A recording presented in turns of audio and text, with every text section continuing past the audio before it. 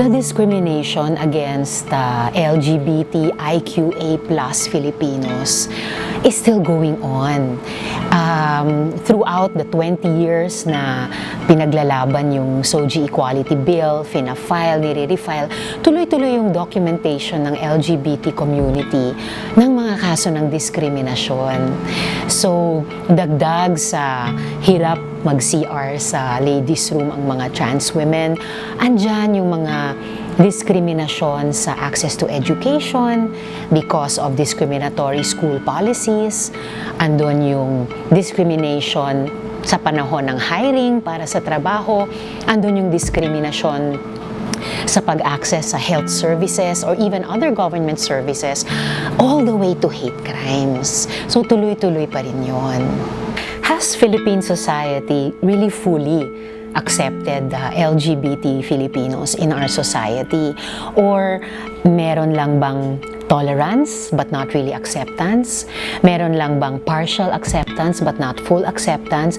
Tingnan nyo na lang yung mga fears natin na lumalabas bunga nitong incident ni Gretchen Yes. So apparently, we still need to address these fears, reach out sa iba't ibang komunidad beyond the LGBT community, and really understand why there's a need for such a law. And after all, hindi lang naman ang LGBT ang may SOGIE eh. Bawat tao, kahit yung mga dati tinatawag na straight, yung cisgender, heterosexual persons, lahat tayo may SOGIE. And we really need to embrace that. Lalo na dun sa panig ng mga tinatawag na minority ngayon, yung LGBTIQA+.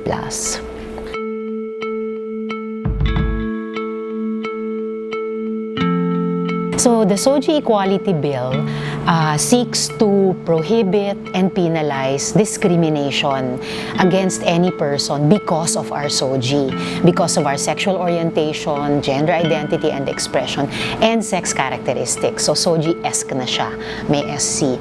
So, this is for all Filipinos, ano man ang sex natin, ano man ang SOGIE-esque natin. Pero particularly, urgently, kinakailangan siya ng mga LGBT na kababayan natin kasi sila yung pinaka-dinidiskrimina. And so, the SOGIE Equality Law also wants to enshrine or give the force of law na ang bawat tao, anuman ang SOGIE-esque natin, ay pantay-pantay. So, there's no new or special rights embodied in the SOGIE Equality Bill. Yun lang, pagkakapantay-pantay at walang diskriminasyon na nandun na sa ating mga international human rights conventions at mismo sa Philippine Constitution.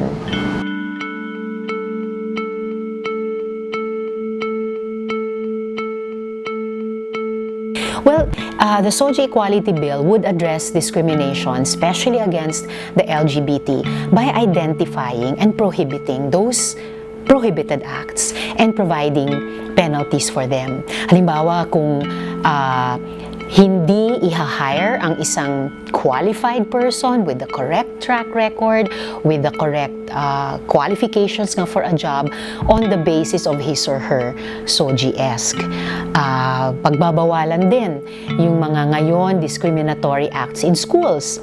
Halimbawa, yung mga kaso ng mga nagtapos na sa course nila, ayaw pag-graduate, ayaw pa-marcha unless dahil trans women sila, unless magpagupit sila, or even while young people are still in school, pigilan sila mag-organisa ng mga LGBT organizations or magkaroon ng mga relasyon sa isa't isa based on their sexual orientation. Even if sumusunod naman sila sa ibang school policies, even if nag-aaral silang seryoso bilang mga estudyante. So these are some of the institutional challenges na ine-encourage yung iba't ibang institusyon sa Philippine society to overcome with the help of the SOGIE Equality Bill. Gayon din sa mga government offices, kung may discrimination sa pagsilbi sa isang mamamayan because of his or her SOGIE-esque, pagbabawalan din yan. Well, siguro yung isang overarching challenge na hinaharap ng mga LGBT Filipinos na gustong harapin itong SOGIE Equality Law is really the need for a cultural change or some kind of cultural reawakening na merong elemento sa kulturang Pilipino sa kalooban natin na nagre-respetuhan naman tumitingin sa isa't isa na tao, kapwa-tao, pare-parehong tao lang. And that these matters of being equal as human beings and citizens, itong mga bagay na walang pagdidiskrimina sa isa't isa on any basis, are part of everyday ordinary life. Hindi siya sana, basta maintindihan natin, hindi sana siya isang parang malaking dapat katakutan or isang bangungot. No. Na yung pagtanggap, totoong pagtanggap at pagrespeto at pagsuporta sa isa't isa as human beings and as Filipino citizens should just, come naturally. Ito yung tinitake for granted ng majority na, kunyari, cisgender, heterosexual. Pero sa maraming pagkakataon, hindi kompletong na-enjoy ng mga LGBT.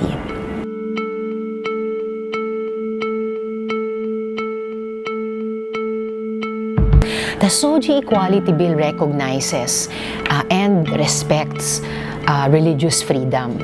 Kasi kinikilala na different people of different religions or faith communities may kanya-kanya tayong iba't ibang pananaw dito sa usapin ng SOGIE-esque, and patuloy na re-respetuhin yan. Yung ding mga simbahan, dahil sa separation of church and state, ay hindi panghihimasukan ng Estado through this law. Kung ano yung mga patakaran nila, kunyari sa archdiocese, sa mga kumbento, sa mga seminaryo, those will continue. Ganun din naman sa academic freedom. Siyempre, yung talagang ibig sabihin ng academic freedom ay yung kalayaan ng estudyante at saka yung mga guro to pursue their intellectual pursuits inside the school.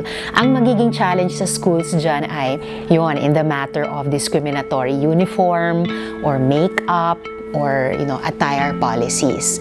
So yun yung susubukan naming i-argue out sa period of interpellation. Yung religious freedom in terms of, kunyari may mga nagtatanong sa akin, yung mga religious daw na stores or libraries or travel agencies or TV and radio stations, paano daw sila? Ang basic principle naman sa SOGIE Equality Bill, basta falling under the separation of church and state, yung strictly church matters, religious matters, that will still stand. Pero yung mga economic enterprises attached to the churches, for example, pero nagfa-function sila under business permits o kaya franchises na binigay ng mga local government units o ng mga kongreso o ng kongreso, then they will be obliged to practice equal opportunity employment or non-discrimination. So, again, areas of challenge. Susubukan namin i-argue out during the period of interpellation, and then kung maipasa yan, mga ganyang provision sa batas, kahit pa sa mga dire scenarios ng ilang oppositors, aabot yan sa kasuhan, then so be it. We are always open naman to be subject to legal challenge, kasi magiging isa pang pagkakataon yun to prove the goodness of the law, at isa pang pagkakataon to continue to educate us, the whole public.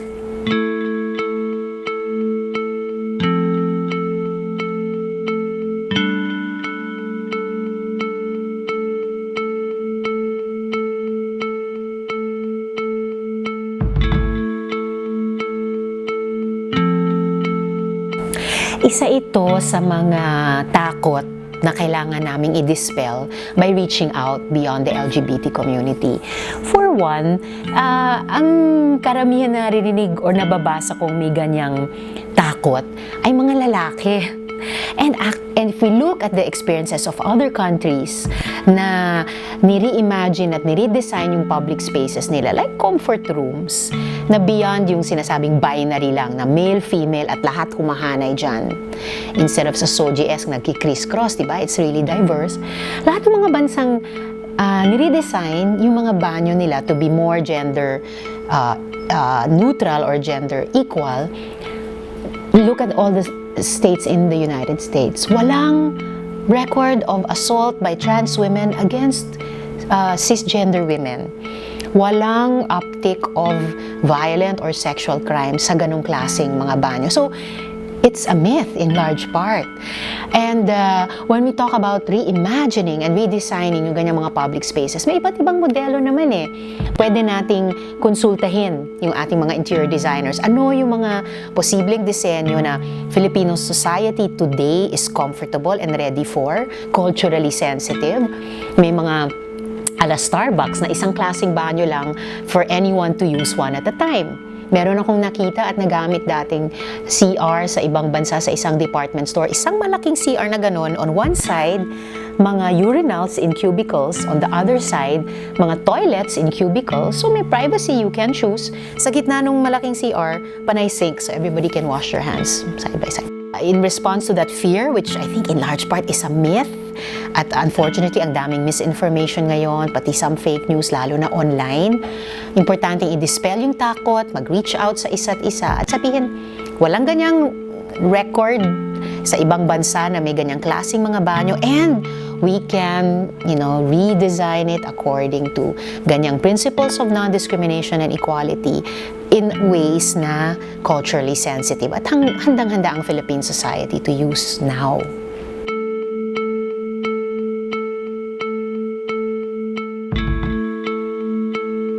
Well, yung isang major myth na kailangan nating i-dispel ay yung pagiging LGBT or IQA or any of the plus ay isang sakit, isang mental illness.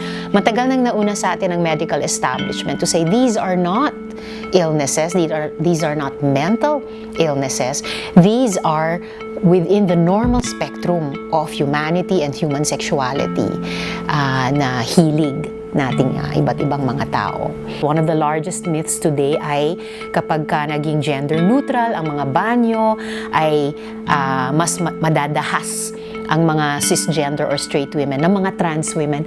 Diyos ko, yung mga lalaking nanghaharas o nangre-rape o nandadahas ng babae sa CR, they're not trans women, they're just sexual aggressors. And meron tayong revised penal code dyan, meron pa nga tayong safe spaces law, bagong-bago, para din dyan. Yung it's just a phase. Ganon. Yung it's just a phase, yun yung pag-mature ng isang tao from childhood to adolescence to adulthood to senior citizenship. Pero yung pagkilala sa sarili bilang sino ako, anong identity ko, tas anong orientation ng aking attraction, love, ganyan. Natututunan natin yan over a lifetime, and the more we get to know ourselves, the more ito talaga tayo, hindi lang siya phase. We grow into it and it becomes a permanent or an essential part of us as we evolve.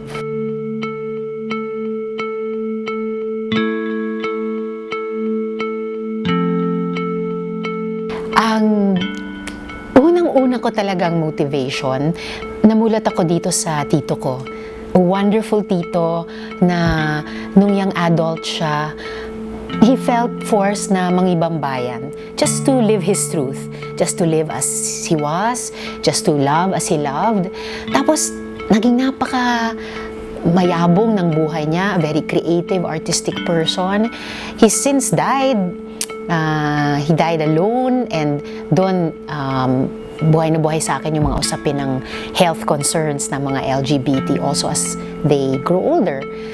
And then, ang dami kong naging kaibigan at kasama sa LGBT community talaga, who taught me about themselves, about their community, and who taught me how to be an ally, pati dito sa laban para sa SOGIE equality law. And I guess last but not the least, bilang isang magulang, there are so many LGBTQ plus youth out there na, lalo na kung they're just thinking na baka LGBT ako, hindi pa sila out. Tas tuwing may ganitong outburst ng issue na ang daming homophobia at transphobia online, sobra silang nababanatan, and it makes them feel even worse. Yun yung isang malakas na motivation ko, that for all our kids, na all of us parents, lalo na kaming mga legislators, I would like us to leave a legacy na isang lipunan na talagang mas yumayakap sa bawat tao, lalo na sa ating mga anak.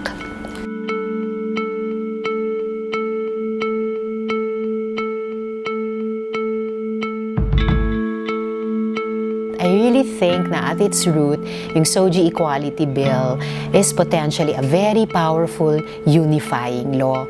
Kaya bukod sa mga miyembro na ng LGBTQ community, nananawagan ako sa mga kababayan, lahat ng kababayan, ano man ang SOGIE-esque natin, na tignan natin yung puso at kaluluwa ng bill na ito na sobrang makatao, sobrang tuturuan yung ating lipunan at talagang hindi lang tanggapin pero yakapin ang bawat isa, and will really unleash powerful forces for good in our country. Sana yung mga iba pang nakakapanood nito na gustong sumuporta, padala yung statement of support nila sa amin dito sa Senate, lalo na simula mid-September when I hope to sponsor this on the floor para ma-encourage kaming mga senador na ipasa na ito within this 18th Congress. Hello, ako po si Risa Hontiveros ng Senado at ng Akabayan Party. Please embrace all Filipinos through embracing this SOGIE Equality Bill. Soon to be, sana, SOGIE Equality Law. Now you know!